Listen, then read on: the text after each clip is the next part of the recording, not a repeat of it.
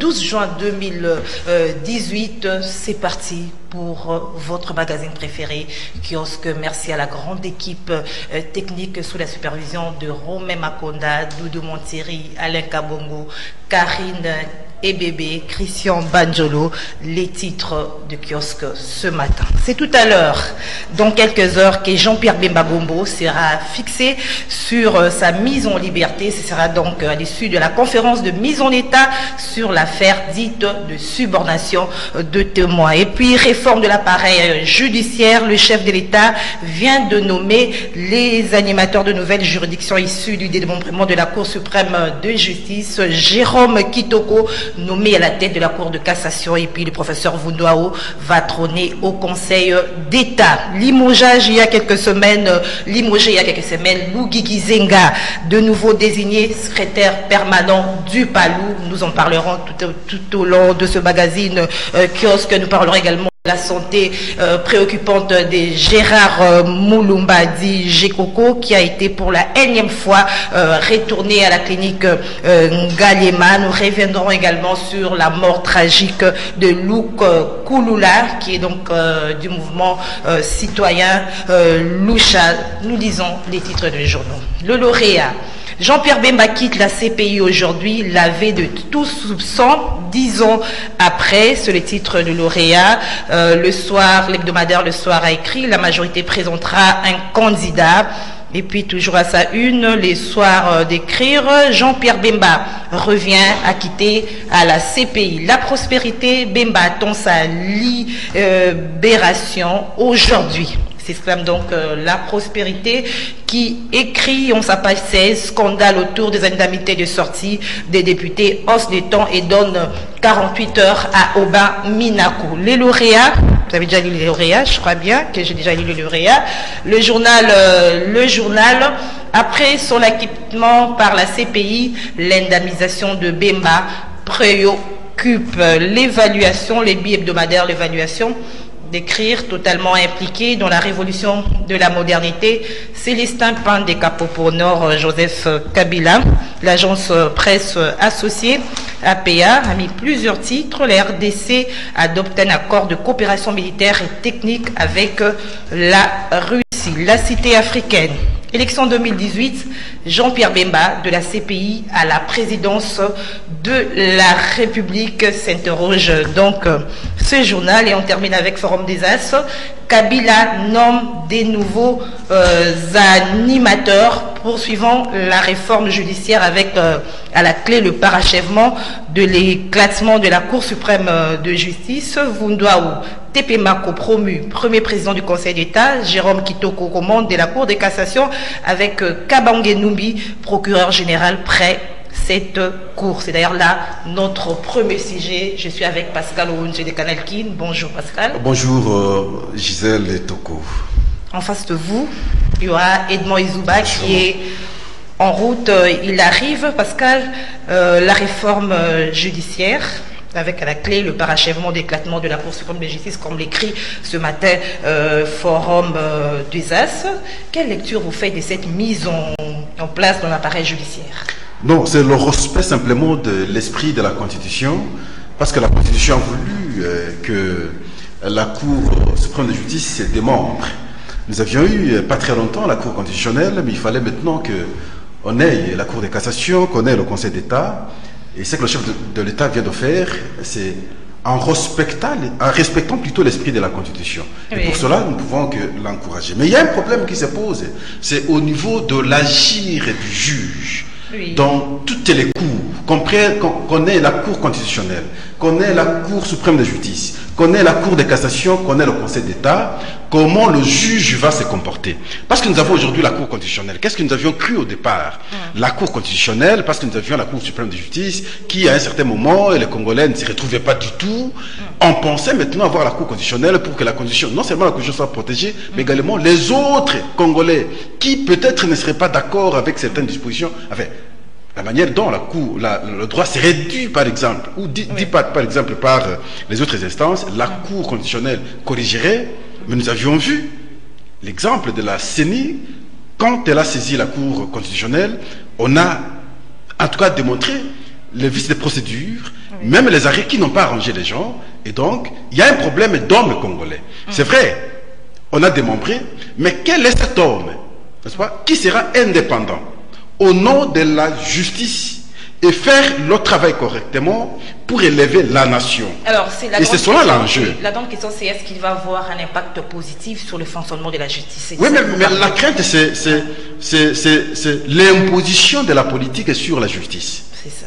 Et maintenant qu'ils sont nommés, bonne chose, on salue, parce qu'on rencontre l'esprit de la Constitution. Est-ce qu'ils vont se dédouaner maintenant de ceux qui les ont nommés? Et c'est là l'enjeu. Mais si ils seront toujours dépendants... Son inféodation au pouvoir... Justement, s'ils seront toujours dépendants, l'éclatement de la Cour suprême de justice ne servira à rien. Voyez-vous? Parce qu'ici, c'est que quand vous n'avez pas... Vous n'êtes pas satisfait par une décision, par exemple, d'un organe, vous pouvez aller, ou d'une cour, vous pouvez aller maintenant à la Cour de cassation, on peut casser une décision. Mais tout ça c'est bien, la procédure est bonne, et l'entendement est bon, l'esprit est bon, mais l'application maintenant, le dire du droit qui va poser problème, parce que les animateurs, qui sont les juges ici, risqueraient d'être toujours en dépendance de la politique, parce que nous sommes en train de vivre, je vous ai cité le cas de la Cour constitutionnelle, la Cour suprême de justice, n'en parlons pas. Et espérons avec la Cour de cassation, le Conseil d'État, les choses pourront... Espérons, oui, parce qu'il y a-t-il l'opportunité d'opérer cette mutation à la veille des élections? Bon, l'OTAN, oui, on peut en déplorer parce que on pensait aussitôt que nous étions en train d'appliquer notre constitution de 2006, qu'on connaîtrait cette application. Mais malheureusement, on a tergiversé, on a pris le temps, et si on l'a fait aujourd'hui, mieux vaut tard que jamais. Bon, je ne sais pas s'il y a des raisons politiques, parce que demain c'est élection.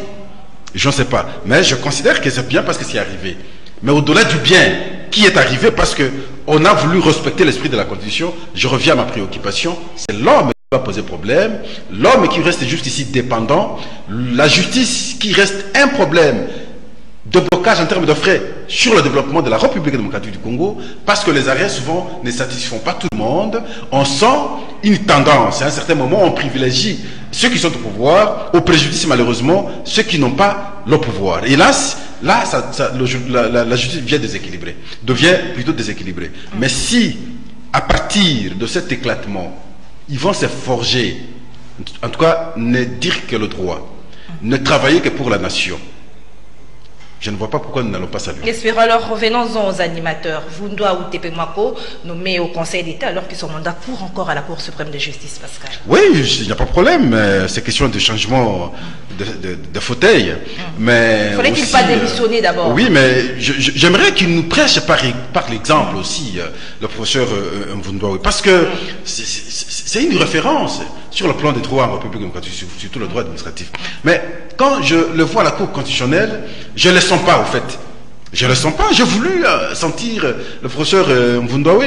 Et maintenant qu'il devient président au Conseil d'État, je ne sais pas s'il va imprimer sa marque là-bas. Parce que, qu'est-ce qu'on disait? J'ai recevais la fois passée un ami qui me dit Léon Kengo Adondo, comme président du Sénat, n'a pas servi la nation. C'est son point de vue. Pourquoi? Parce que c'est l'icône de la politique congolaise aujourd'hui. Mais curieusement, les actes qu'il pose, parfois, c'est comme si c'est un jeune qui a la tête du Sénat. Les gens ne se retrouvent pas en lui. Les jeunes ne se retrouvent pas du tout. Alors que il est pratiquement à la fin de sa carrière. Il aurait dû maintenant nous montrer de bonnes voies, nous donner des exemples, mais malheureusement, il se comporte comme si... Alors maintenant, Mvundwa est à la tête du Conseil d'État. Lui aussi, c'est pratiquement... C'est une référence. L'âge a avancé. Demain, peut-être, il ne sera plus là. Bientôt, il sera retraité comme professeur, il va se fatiguer. Mais maintenant, il a une grande responsabilité sur le plan de la justice. Qu'est-ce qu'il va faire pour le pays? Et voilà, ce sont des questions essentielles. Il ne faudrait pas qu'il se comporte comme si c'est un jeune qui prend maintenant la tête de ce Conseil d'État et sans qu'il mette au premier plan la nécessité de servir le pays. Nous ne voulons pas conserver les individus. Je vois que souvent, mon philosophe que j'aime bien, Héraclite d'Éphèse, tout coule, tout passe, rien ne demeure. Lui, Mvundwa, il a l'expérience, il a vécu, il a été dans le passé avec Mobutu. Mobutu est parti. À un certain moment, il avait quitté le pays. Parce qu'il fallait fuir. Oui. Il est revenu. Et maintenant, il a des responsabilités. Il faudrait qu'il comprenne qu'ils ne servent pas les individus. Par le passé, ils ont servi les individus. Demain, les individus vont partir. Qu'ils travaillent pour la nation. Il a une responsabilité maintenant d'élever la nation à travers la justice. Oui, parce il faut bien dire le droit, sinon, nous n'aurons pas de repères, nous allons dire, mais finalement, même lui aussi, parce qu'on a focalisé beaucoup d'espoir sur lui quand il partait à la Cour constitutionnelle. Oui. Aujourd'hui, lorsque nous voyons le fonctionnement de la Cour constitutionnelle, il y a à boire et à manger. Alors, parce que comment va se faire ce remplacement, le remplacement de Vunda, ou avant de prendre Edmond Izoubachi? Vraiment, il y a des mécanismes de remplacement. Maintenant qu'il est nommé, sûrement qu'on va le remplacer. Là, le problème ne se pose pas. Alors, Edmond, bonjour. Bonjour. Pourquoi ce retard? Bon, vous savez, il n'y a pas de transport. Généralement, dans tous les arrêts des bus, j'ai dû même prendre la moto pour arriver ici en grande vitesse parce que ça commence à prendre le retard avec les contrôles qu'il y a de la police, avec une dose d'exagération aussi, parce que là, ça commence maintenant à créer des embouteillages sur le peu de taxis qu'il y a même dans la ville. Donc aujourd'hui, vraiment, c'est vraiment une panne sèche sur toutes les routes. Et ce sont maintenant des motos qui font de bonnes affaires, quoi. Voilà, nous étions en train de parler de cette mise en place de l'appareil judiciaire, parce qu'elle est en train de faire des analyses à ce sujet. Et la question à ce sujet, avec un budget des misères, est-ce que la République démocratique du Congo saura prendre en charge des dizaines de magistrats, des agents qui vont animer ces nouvelles institutions? Bon, d'abord, je commence d'abord par louer cette nomination parce que ça a été la demande de plusieurs ONG des droits de l'homme, parce que la Cour de cassation a été exigée pour essayer un peu de bannir certains procès qui a été mal jugé par une adaptation incohérente du nombre d'abord de magistrats et de juges qui siégeaient. Je crois que avec la venue ou cette nouvelle nomination, ça pourra permettre à ce qu'il y ait désormais une bonne conduite des affaires judiciaires, mais ça aura un impact positif sur le fonctionnement de la justice. Je ne sais pas vraiment si ça aura son impact. C'est déjà le moment de les juger, mais je suis en train de voir derrière ces agitations judiciaires, parce que ça a commencé d'abord à la Cour constitutionnelle, comme l'a dit Pascal, et puis la Cour de cassation. Pourquoi maintenant? Quelle est l'opportunité à la veille des élections? Pourtant, ces instruments juridiques ou ces nouvelles institutions judiciaires a été demandé depuis belle lurette, et cela n'a pas été chose faite. Moi, je vois plutôt une main politique derrière ça, parce que ça saute aux yeux, ces nominations. Pourquoi Maître Nkoulou devait aller à la Cour constitutionnelle? Pourquoi les proches des Kabila devraient quitter la politique pour rejoindre les institutions, les plus hautes institutions d'ailleurs judiciaires du pays? Donc il y a quand même quelque chose à craindre par rapport à la venue, je dirais même à l'impact dont la question a été posée, oui. Des actes qui seront posés, mais il faudrait que la population maintenant ouvre l'œil et les bons pour pousser ces animateurs de la justice à dire les bons droits, parce que on n'acceptera pas avec tout ce que nous avons connu comme les déficits judiciaires dans le rendement de certains verdicts, et tout ce que nous avons connu comme les dénis de justice ne puissent pas se répéter. Donc il faudrait que nous, comme journalistes, nous puissions aussi dénoncer ces genres d'actes, mais aussi la population qui doit rester constamment éveillée sur ces nouvelles institutions judiciaires. Alors, nous parlions du budget là qui sont. Alors le budget, vous savez, quand je parle de la politique, je n'ai pas trop parlé du budget, parce que vous savez, d'abord, nous savons comment est-ce que les institutions fonctionnent. Oui. Vous pouvez avoir, je donne l'exemple d'une institution, par exemple gouvernementale, où vous avez des ministres qui se retrouvent et d'autres qui ne se retrouvent pas. Donc, le pouvoir cherchera toujours le moyen pour financer ceux qui ont été mandatés pour une mission donnée et les autres continueront toujours à se plaindre. Donc c'est une stratégie parallèle au fonctionnement, je dirais même orthodoxe des institutions. Les animateurs ne seront pas des parents pauvres comme souffrir de manque de moyens comme les institutions provinciales ici, issues du découpage territorial. Oui, mais vous savez, la politique, c'est la politique qui dirige la nation. La politique, c'est le monde d'intérêt. Ce qui se passe même dans des entités territoriales décentralisées, dans des provinces, dans la décentralisation, dans la territoriale plutôt en général, c'est parce que la politique ne veut pas non plus. Donc ce n'est pas par le fait qu'on n'a pas d'argent ou le pays n'a pas. Oui, c'est fait à dessein parce que on ne trouve pas assez d'intérêts, que soit politique ou des intérêts sur le plan administratif pour diriger ces provinces. Alors on centralise, on préfère centraliser les budgets pour commencer à gérer individu par individu. Sinon, vous allez voir quand il y a des descentes dans ces provinces et voire même certains animateurs politiques du PPRD ou de la majorité présidentielle, allez voir comment est-ce que l'argent se dilapide, comment est-ce que l'argent du pays, l'argent du trésor public est en train d'être distribué auprès des militants. L'argent que les fonctionnaires cherchent, l'argent que l'administration en a besoin, l'argent qu'on a besoin pour construire des nouvelles infrastructures. Voilà, on préfère donner ça pour des occasions politiques. La raison pour laquelle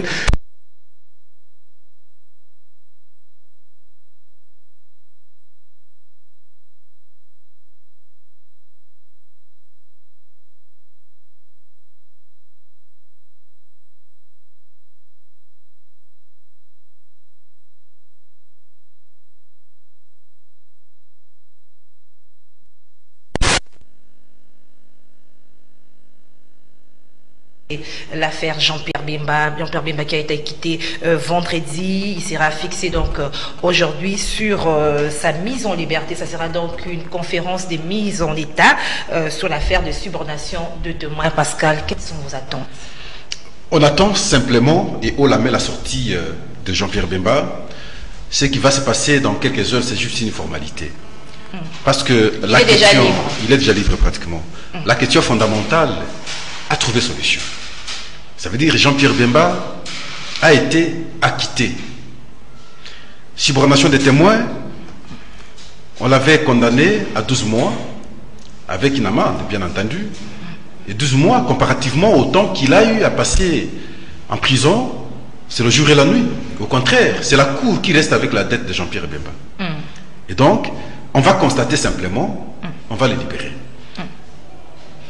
Si la Chambre n'aura pas le temps de rendre le verdict en termes d'une audience, le temps d'analyser la question normalement, elle va simplement constater, parce que les autres, avec Jean-Pierre Bemba, qui ont été accusés et aussi condamnés, si vous voulez, à la deuxième affaire de subornation des témoins, ont bénéficié de la liberté provisoire. Et lui aussi, bien entendu, devra aussi bénéficier de la liberté provisoire. Donc aujourd'hui, on va seulement constater et il va partir. Et je sais qu'on parlera de la liberté provisoire dans la deuxième affaire et quelques temps après, on va confirmer qu'il est déchargé aussi parce que c'est un peu déséquilibré. La première affaire, il est lavé. Deuxième affaire, il est condamné. Je ne pense pas que ça va se passer comme ça. Donc, selon vous, Jean-Pierre Bemba a toutes les chances de quitter aujourd'hui la prison? Non, pas question de toutes les chances. Oui. Je veux confirmer qu'il va quitter aujourd'hui. Et je confirme qu'il va quitter. Je confirme qu'il va quitter aujourd'hui. Oui. Ce qui va se faire aujourd'hui, c'est juste une formalité. Parce qu'il y a eu une deuxième question qu'il fallait maintenant aussi trouver solution. Et la solution est déjà trouvée parce que Jean-Pierre Bemba a fait au moins 10 ans à la Cour pénale internationale. Et la condamnation, la première condamnation n'a été question que d'une année. Et maintenant, lorsqu'il faut se faire de la soustraction, c'est simple maintenant. C'est la Cour qui va rester avec la dette des 9 ans de Jean-Pierre Bemba. Et la Cour va souhaiter d'abord faire partir Bemba pour la deuxième affaire de façon provisoire en attendant le verdict définitif et qui va le laver aussi. Et donc, on ne peut pas encore, à ce stade des temps, soupiter sur une probable détention d'un jour, de 2 jours encore de Jean-Pierre Bemba à la Cour pénale internationale. Ça, c'est mal lire la question. Donc, considérons qu'il est déjà sorti. Attendons seulement l'heure pour que... Quand vous dites que la Cour va rester avec la dette de Jean-Pierre Bemba, est-ce que vous croyez que Jean-Pierre Bemba va demander des dommages à intérêt pour avoir passé 10 ans à la CPI? Là, c'est la question de sa volonté. Moi, je ne peux pas soupiter, je ne peux pas analyser, parce qu'il peut pardonner comme il peut aussi exiger. Il peut aussi dire, bon, peut-être que vous m'aviez mal jugé, peut-être que vous m'aviez mal compris, bien que j'ai été préjudicié, mais je vous pardonne, je pars. Il peut aussi le faire. Ça sera aussi pour ne pas frustrer la partie civile. S'il ne va pas le faire à ce moment-là, il va demander l'indemnisation. Donc, là, ça dépend maintenant de la volonté de Jean-Pierre Bemba. Ce n'est pas à moi de donner un point de vue, ce n'est pas quiconque de pouvoir analyser. C'est la volonté personnelle de la personne qui a passé tout le temps à la Cour pénale internationale injustement. Edmond Izouba, vous avez les mêmes attentes que Pascal? Bon, moi je vois plutôt Jean-Pierre Bemba en prison. Il a beaucoup perdu. On ne doit pas quand même ignorer aujourd'hui beaucoup de caciques, de ses proches ont quitté son parti politique qui est donc le mouvement de libération du Congo.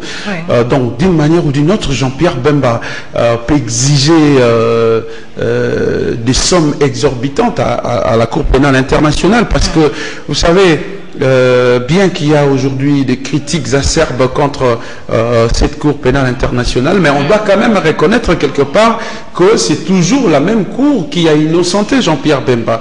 Donc c'est un appel qu'on a jugé, qu'on a vu des erreurs, qu'on a eu à dénicher quelques fautes dans le rendement de la justice bien avant à la chambre de la première instance. Donc j'estime que aujourd'hui la Cour, en acquittant Jean-Pierre Bemba, elle est quand même tout à fait redevable vis-à-vis de lui. Donc j'estime aussi de la part de Jean-Pierre Bemba qu'il peut, donc pas il doit, mais il peut être aussi rigoureux face à cette Cour qu'il a quand même non pas seulement fait perdre le temps, mais aussi sur le plan politique, Jean-Pierre Bemba aujourd'hui a été vidé de toutes ses caciques. Alors par rapport au dédommagement, qu'est-ce que vous pensez de ceux qui estiment que Jean-Pierre Bemba va renoncer au dédommagement pour ne pas frustrer les parties civiles au procès? Non, pas du tout. D'abord, on commencera par lui restituer le bien confisqué parce que il est déjà acquitté, et des deux, il revient de droit à Jean-Pierre Bemba de regarder aussi notre paire des manches, voir dans quelles conditions il va mener sa vie politique. Est-ce qu'il faut de moyens conséquents, parce qu'aujourd'hui la politique c'est de l'argent, nous irons vers la campagne électorale, il faut les financements nécessaires, et surtout qu'en face de vous avez des gens qui jouissent avec l'argent du trésor. Donc j'estime que pour permettre à Jean-Pierre Bemba de se retrouver, parce que il sort quand même après 10 ans de prison, donc c'est quand même beaucoup, même sur le plan des affaires. Donc, imaginez quelqu'un qui a fait des études économiques, un grand commerçant, en dehors de la politique. Jean-Pierre Bemba a beaucoup de biens dans ce pays, voire même à l'extérieur du pays. Combien il aurait pu gagner avec des biens qu'on avait confisqués, et surtout d'autres étaient destinés pour usage commercial. Donc, c'est tout à fait légitime pour Jean-Pierre Bemba de revendiquer quoi que ce soit à la Cour pénale internationale. Alors, et la Cour lui est redevable. Alors, que dire de ceux qui estiment que l'acquittement de Jean-Pierre Bemba est commandité par les puissances occidentales pour déstabiliser le pouvoir et pour renforcer l'opposition? Ils n'ont pas de preuves, ce qu'ils les disent. Moi, je sais que l'audience de Jean-Pierre Bemba a été fixée depuis l'année 2017 et que, parce qu'on parle de Herman Cohen, sa demande ou sa lettre, il y a même pas 2 semaines pour 3 semaines passées. Donc, c'est pas seulement Herman Cohen. Nous aussi, en République démocratique du Congo, nous attendions ces retours éminents de Jean-Pierre Bemba. J'ai vu l'effervescence qu'il y avait les jours de l'acquittement de Jean-Pierre Bemba. Donc ce n'est pas seulement la communauté internationale qui pierre d'impatience pour voir ces dignes fils du pays regagner son pays pendant cette période cruciale. Il y avait aussi ce besoin interne, et il y avait même ce besoin africain, parce que on se disait, mais finalement, pourquoi pas Jean-Pierre Bemba, pourquoi pas, et tout ça, parce que la Cour elle-même s'est rendue compte qu'il a été accusé pour des crimes dont il n'a pas été responsable. Donc Jean-Pierre Bemba est attendu. Il a été attendu. La démarche n'émane pas seulement de la communauté internationale. Il y avait aussi une pression interne de manière silencieuse qui aujourd'hui aboutit quand même à des bons résultats. Alors, cette théorie du complot est... Non, il n'y a pas de complot, franchement. Vous savez, hein, quand vous n'arrivez pas à bien diriger le pays, vous n'arrivez pas à bien gérer les problèmes, vous tombez aussi bas en parlant des individus. Donc, le problème du Congo aujourd'hui, ce n'est pas Jean-Pierre Bemba, ce n'est pas Moïse Katumbi, ce n'est pas Vital Kamerhe, ce n'est pas Félix Tshisekedi, ce n'est pas un problème d'individu, c'est un problème de gestion.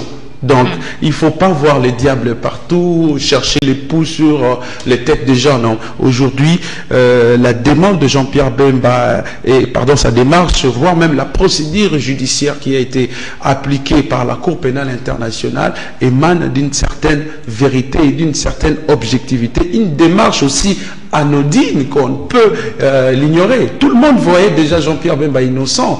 Dès son arrestation, on comprenait pas pourquoi est-ce que Jean-Pierre Bemba serait arrêté pour des crimes dont il n'a pas été responsable. Et aujourd'hui, la même Cour s'est rendue à l'évidence pour dire voilà, nous avons commis des fautes, nous avons commis des erreurs, il est temps que nous puissions corriger cette même Cour pour que nous ne puissions pas donner une mauvaise image à notre instance, à l'instance qui va aussi juger d'autres présidents africains. Edmond Izouba, Jean-Pierre Bemba va alors jouer un rôle très important dans la scène politique. Si, déjà sur le plan psychologique, dans la manière d'agir des acteurs politiques, certains comportements vont changer, vous allez le voir dans l'avenir, parce qu'il ne s'agit pas d'un menu fretin. Jean-Pierre Bemba, c'est quelqu'un qui s'oppose et s'impose sur la scène politique. Donc il vient avec ses goûts, parce que les gens estiment qu'il aurait vécu dans un certain traumatisme. Et moi j'ai dit non. On dit aussi que la prison change. Hein? Non, pas du tout. Si en tout cas la prison a changé Jean-Pierre Bemba, je crois que ça doit être 2 ans. 2 ans tout au plus, il aurait vécu dans le traumatisme, et après c'est devenu pour lui une habitude. D'ailleurs, Jean-Pierre Bemba aura même à regretter, parce qu'il s'est déjà habitué avec sa cellule. Jean-Pierre Bemba aujourd'hui, il a beaucoup pris du poids. Oui, il a beaucoup pris du poids.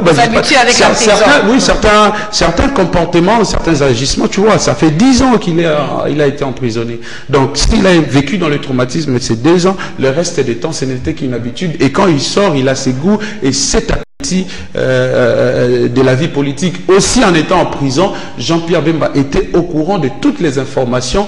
Il participait indirectement dans la démarche citoyenne de l'opposition. Il y avait quand même des visites du monde extérieur, comme des Congolais. D'autres partaient discrètement, d'autres préféraient aussi faire du buzz dans les réseaux sociaux.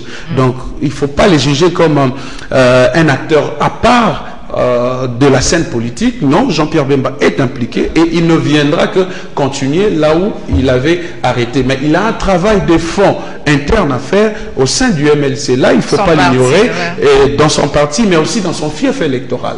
Je sais que l'ex-Équateur est acquis à Jean-Pierre Bemba. Alors, quand il regagnera le pays, il y a même un congrès qui est programmé par le MLC. Il doit commencer par là et puis envoyer ses prophètes ou carrément lui-même pourra faire les déplacements pour aller encore redynamiser la base qui lui appartenait. Il aura aussi un rôle à jouer dans le choix du candidat commun de l'opposition. Tout à fait, il doit participer dans le choix, comme on parle de plus en plus du candidat unique, mais c'est un débat qu'il faut dépassionner. Hein. Il faut être sportif et voir quelles sont les épreuves de force et faciliter un candidat qui aura fait l'unanimité au sein même de non seulement de l'opposition, mais aussi de la population. Pascal Onzeya Aimé Kilolo, ancien avocat de Chairman, qui demande la démission de Fatou Bensouda pour avoir été désavoué par Merci Gisèle, mais là vous m'endormez parce que c'est trop déséquilibré franchement. Non, vous avez votre temps. Vous avez votre temps. C'est juste son petit constat là, parce qu'on ne sait pas répondre pour vous avez votre temps, Pascal. Là vous m'endormez. Donc je veux revenir au point de vue de Kilolo, mais je veux préciser un aspect. Oui. Le départ des anciens proches de Jean-Pierre Bemba, je sais que nombreux vont revenir. Nombreux ont commencé à appeler d'ailleurs, après qu'on le dise. Il faut voir comment les adhésions sont massives aujourd'hui au mouvement du Congo. Les opportunistes, nombreux aujourd'hui. Et ça, c'est le comportement des Congolais. Quand quelqu'un est dans une position inconfortable, d'office, on les tourne le dos et ils sont partis. Opportunistes. Et maintenant, parce que on sent qu'il est en train de revenir, et c'est tout le monde qui commence maintenant à revoir les portes du mouvement de libération du Congo. J'imagine qu'il ne faut pas éviter les gens, mais à un certain moment, nous devons être plus responsables lorsque nous prenons des engagements.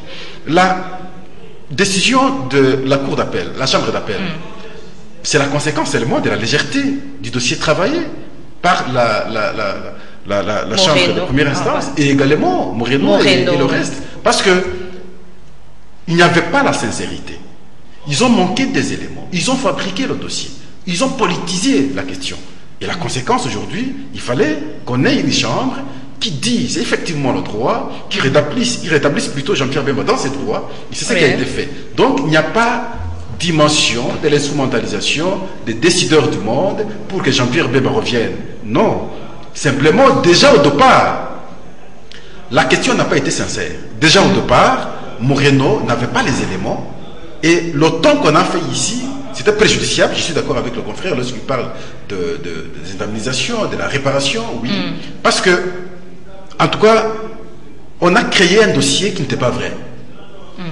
Voyez-vous? Et la conséquence, qui est positive aujourd'hui, c'est qu'il est lavé de tout soupçon. Donc, tu donnes raison à Aimé Kilolo qui demande la démission de Fatou Bensouda. Mais il n'a pas tort, parce qu'on a vu mais Fatou quand elle venait ici, moi une fois, elle va organiser un point de presse à l'hôtel du Fleuve. Je lui ai posé la question sur la question de Jean-Pierre Bemba, mais il fallait voir comment elle répondait. Elle esquivait, elle allait ailleurs. Et pour la deuxième fois, la dernière fois, mes confrères Jean Médard et Michel l'ont posé aussi des questions, mais elle a esquivé. C'était ça son comportement. Et la finalité, c'est quoi? Aller prendre des photos avec le chef de l'État. Donc on comprend. Mais sur le plan politique, il y a un phénomène de leadership qui se manifeste. Les initiés savent les voir comme nous autres. Nous savons. Qu'est-ce que nous voyons? 2006, parce que les deux leaders ne pouvaient pas se neutraliser. 2006, quand Jean-Pierre Bemba, son leadership a été accepté par la population, il a fallu que Étienne Tshisekedi s'efface. Sans le savoir, il a refusé les élections.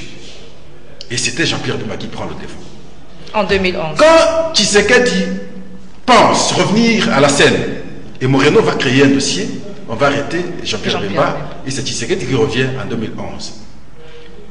Le dossier Jean-Pierre Bemba, ou alors les élections, seraient organisées depuis 2016. C'est un phénomène, les gens n'ont pas compris. On tergiversait, Tshisekedi meurt, malheureusement, que son âme repose en paix, le vieux que nous et Bemba revient. On n'a pas élection en 2017, et maintenant on pense aux élections en 2018. Avant le dépôt des candidatures, c'est le leader qui surgit. Les autres, même Moïse est un leader, il ne pouvait pas venir.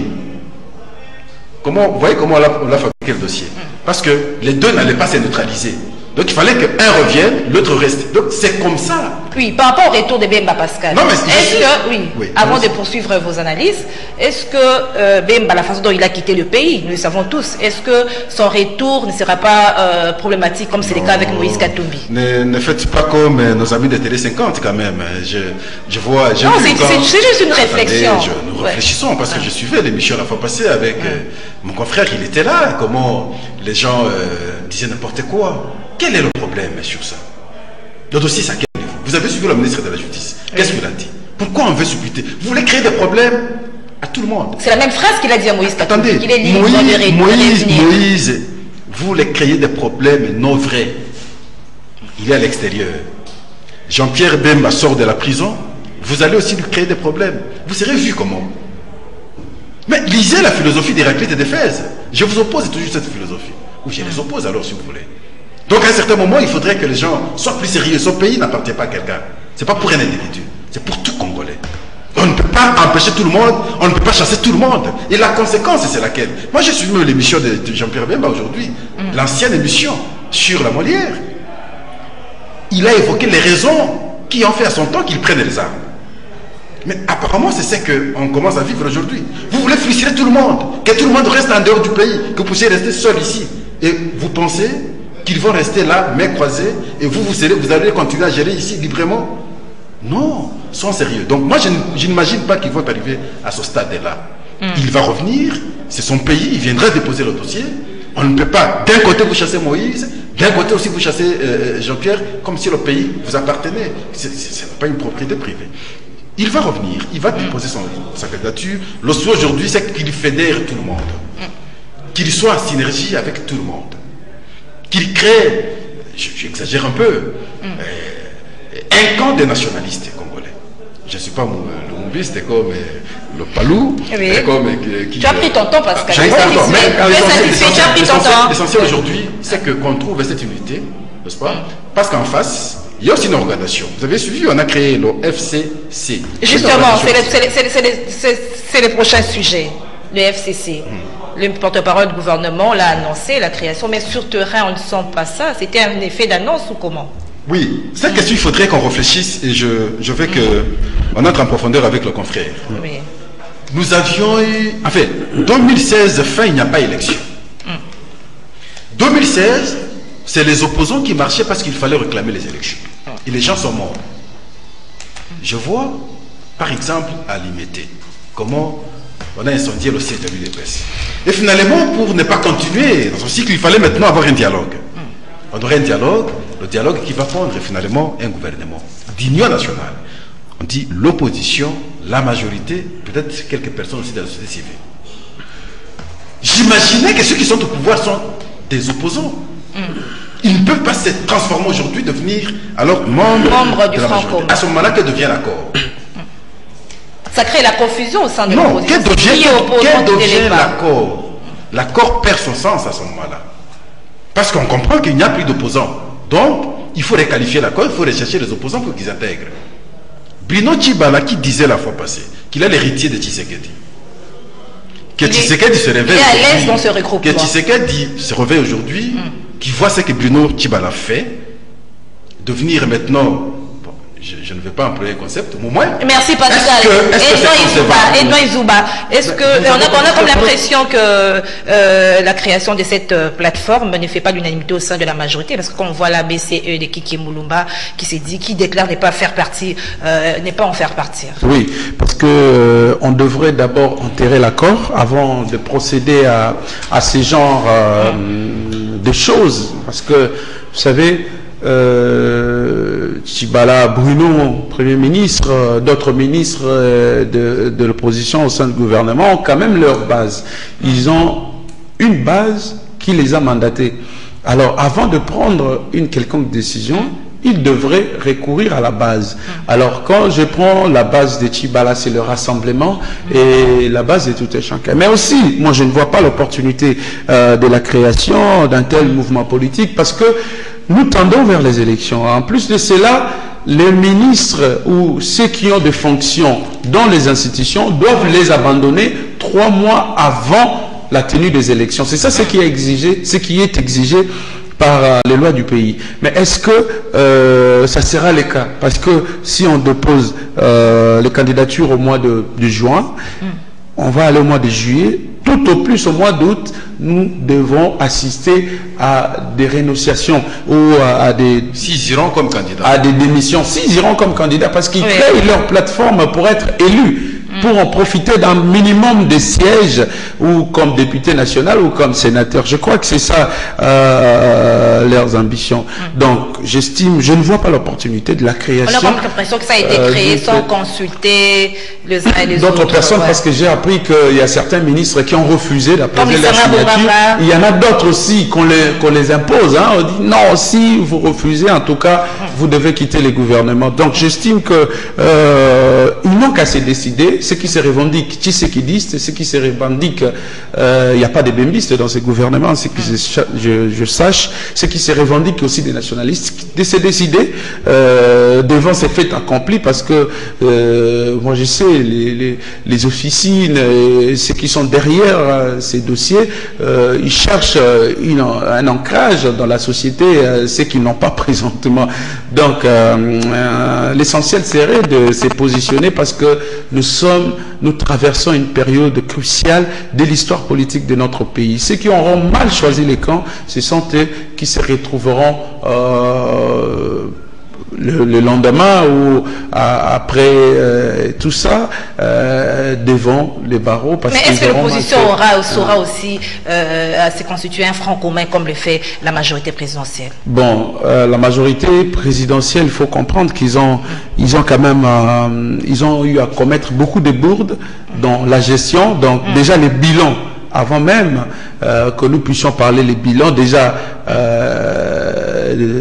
en voyant seulement la vie quotidienne de la population, vous remarquez comment est-ce que l'échec est en train de s'écrire et de se dessiner, et quand vous entrez dans le bilan, il n'y a même pas un bilan à présenter. Il risque d'avoir un vote sanction à cause de cela. Un vote sanction, je ne sais même pas s'il y aura ce vote même pour la majorité présidentielle. Moi j'estime que le bilan est tellement, l'échec est tellement criant que la population risque totalement tourner dos à la majorité et laisser le match, comme disait Félix Tshisekedi, match à domicile entre l'opposition. Voilà. L'opposition, Pascal, a du mal à se constituer. La majorité constitue un front commun. C'est pourquoi? Parce que la majorité a une autorité morale qui a de l'argent. Non, mais à l'opposition, c'est pas tout le monde se rassemble autour de Joseph Kabila. En 2006, n'est-ce pas, le front commun de l'opposition s'appelait l'Union pour la nation. Où nous en sommes aujourd'hui? Non, ça veut dire... Lorsque on quitte le premier tour des élections, il fallait avoir un seul candidat de l'opposition. On a eu Jean-Pierre Bemba, et tout le monde de l'opposition s'est agglutiné derrière Jean-Pierre Bemba. Et on a eu l'Union pour la nation. Je ne vois pas pourquoi cette fois-ci ce serait impossible. On n'est pas encore à ce stade. Les ambitions doivent aujourd'hui être exprimées et on va les gérer, on va les canaliser. Je parie que la finalité, c'est de trouver un candidat, ils en trouveront. Et parce que, vous voyez ce que le pouvoir a fait aujourd'hui. Chercher à écarter Moïse Katumbi. Très vite, parce qu'on doit déjà avoir le système de CPI. Si vous écartez Moïse Katumbi, c'est Jean-Pierre qui reste et Félix. C'est les deux. Et les deux, là, finiront par trouver solution. Donc, je pense que l'unité de l'opposition est possible. Question aussi qu'il soit plus sérieux, hein, parce qu'ici, c'est la problématique de la classe politique congolaise, que de la majorité, qu'on soit du pouvoir, il y a un comportement qui n'arrange pas les choses. Et je pense s'ils seront plus sérieux cette fois-ci, ils vont trouver l'unité pour qu'ils soient plus compétitifs aux prochaines Alors, puisque nous avons annoncé dans les titres, vous aurez 30 secondes à chacun pour répondre à la question au sujet du Palou. Louis Kizenga, qui a été limogé il y a quelques semaines, il a été de nouveau réhabilité comme secrétaire permanent du Palou. Comment expliquer ce remue-ménage au sein du... C'est une réparation simplement parce que la décision qui a été prise auparavant n'était pas une décision sérieuse. Adolphe Mouzit avait vu les choses et aujourd'hui il est en train de réaliser. Et je crois qu'on commence à lui donner raison. Et il va embarquer le Palou. Parce que sans celui-là, sans sans Adolphe Muzito, sans Luki, je ne vois pas comment le Palou va s'en sortir maintenant, n'est-ce pas? Donc les deux là ont vu, mais les autres ne les ont pas compris. Et maintenant, on a fini par les comprendre. Je crois qu'ils vont amener correctement vers une bonne destination pour que les élections soient aussi favorables pour le parti. Voilà, ce remis ménage 4 fois en 3 mois, Edmond Izouba. Oui. C'est ce qui, pourquoi par rapport au poids de l'âge de Gizenga? Non, c'est Muzito qui gagne maintenant cette fois-ci. Il faut le reconnaître, cette victoire à Muzito. Muzito avait déploré la manière dont on avait fait des choses sous pression. Comment est-ce que Antoine Gizenga devait être présenté devant le président de la République comme un trophée par des gens qui n'avaient aucune fonction au sein du Palou. Aujourd'hui, vous avez vu d'abord la réhabilitation de Muzito, la levée de ces sanctions au sein du parti Lumumbiste unifié, et puis les retours de Luki Gizenga. C'est Luki qui a commencé des démarches avec Muzito d'aller voir l'opposition et de composer une nouvelle majorité pour voir comment gagner les élections, comment donner aussi de l'opportunité au Palou, le parti d'Antoine Gizenga, de se retrouver. Donc il y avait certains, pour leurs intérêts mesquins, pour leur bouffonnerie, ils ont voulu amener et contourner cette voie. Depuis que Gizenga est retourné au pays requinqué, regaillardi,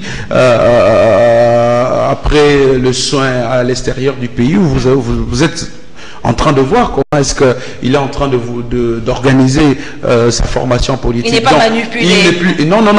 Il n'est plus manipulable, parce que le moment que nous traversons, ce n'est plus à manipuler quelqu'un. Donc aujourd'hui, je peux dire, le retour de Luki Gizenga met fin à cette collaboration qui existait de manière formelle entre le Palou et la majorité présidentielle. Justement, le Palou a promis d'aligner un candidat président de la République. Est-ce qu'ils vont passer de la parole à l'acte, vu la dépendance du Palou? Moi, j'ai assisté au meeting. Vis-à-vis du pouvoir. Oui, moi, j'ai assisté au meeting par rapport au poste ministériel, les militants, la base exigeait Muzito comme candidat président de la République pour le compte du Palou. J'estime que à cette étape, il y a les alliés du Palou qu'il ne faut pas mettre à l'écart à côté du jeu. Il y a aussi les Palou qui regorgent quand même des importants et éminents acteurs politiques. Il faut maintenant centraliser les efforts et faciliter à ce qu'on appelle l'expression des ambitions. Donc c'est lui qui fait briller la magistrature suprême. On lui accorde cette chance et voilà. Donc c'est ça. Merci Edmond Izouba, merci Pascal Ronde. Merci beaucoup. Nous sommes arrivés à la fin. Merci à vous, fidèles téléspectateurs de Canal Congo Télévision et auditeurs de la radio Liberté Kinshasa. Merci de nous avoir suivis. On se retrouve au prochain numéro. Au revoir. Bientôt, au revoir. Bientôt, c'est le procès.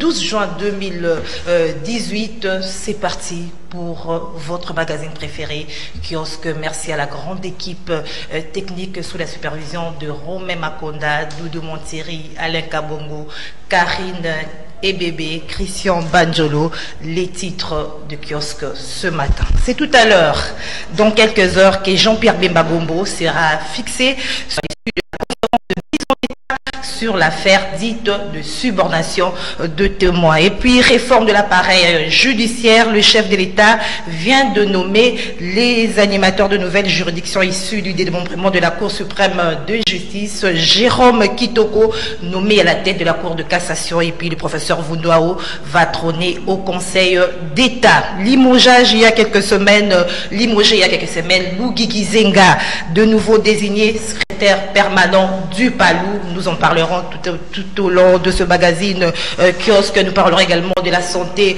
préoccupante de Gérard Moulumba dit Gekoko, qui a été pour la énième fois retourné à la clinique Ngaliema. Nous reviendrons également sur la mort tragique de Luc Kouloula, qui est donc du citoyen Loucha. Nous lisons les titres des journaux. Le lauréat Jean-Pierre quitte la CPI aujourd'hui, lavé de un candidat. Et puis toujours à sa une, les soirs d'écrire, Jean-Pierre Bemba revient acquitté à la CPI. La prospérité, Bemba attend sa libération aujourd'hui. S'exclame donc la prospérité qui écrit en sa page 16 scandale autour des indemnités de sortie des députés, hausse des temps et donne 48 heures à Oba Minakou. Les lauréats, vous avez déjà lu les lauréats, je crois bien que j'ai déjà lu les lauréats. Le journal, après son acquittement par la CPI, l'indemnisation de Bemba préoccupe l'évaluation, les bi-hebdomadaires, l'évaluation d'écrire totalement impliqué dans la révolution de la modernité. Célestin Pandekapo pour Nord RDC, la Russie africaine. Élection 2018, Jean-Pierre Bemba de la CPI à la présidence de la République s'interroge donc ce journal et on termine avec Forum des As. Kabila nomme des nouveaux animateurs poursuivant la réforme judiciaire avec à la clé le parachèvement de l'éclatement de la Cour suprême de justice. Vundoaou Tepemako promu premier président du Conseil d'État, Jérôme Kitoko commande de la Cour de cassation avec Kabange Numbi, procureur général près cette cour. C'est d'ailleurs là notre premier sujet. Je suis avec Pascal Ounje de Kanelkin. Bonjour Gisèle et Toko. En face de vous, il y aura Edmond Izouba qui est en route. Il arrive, Pascal, judiciaire, avec la clé le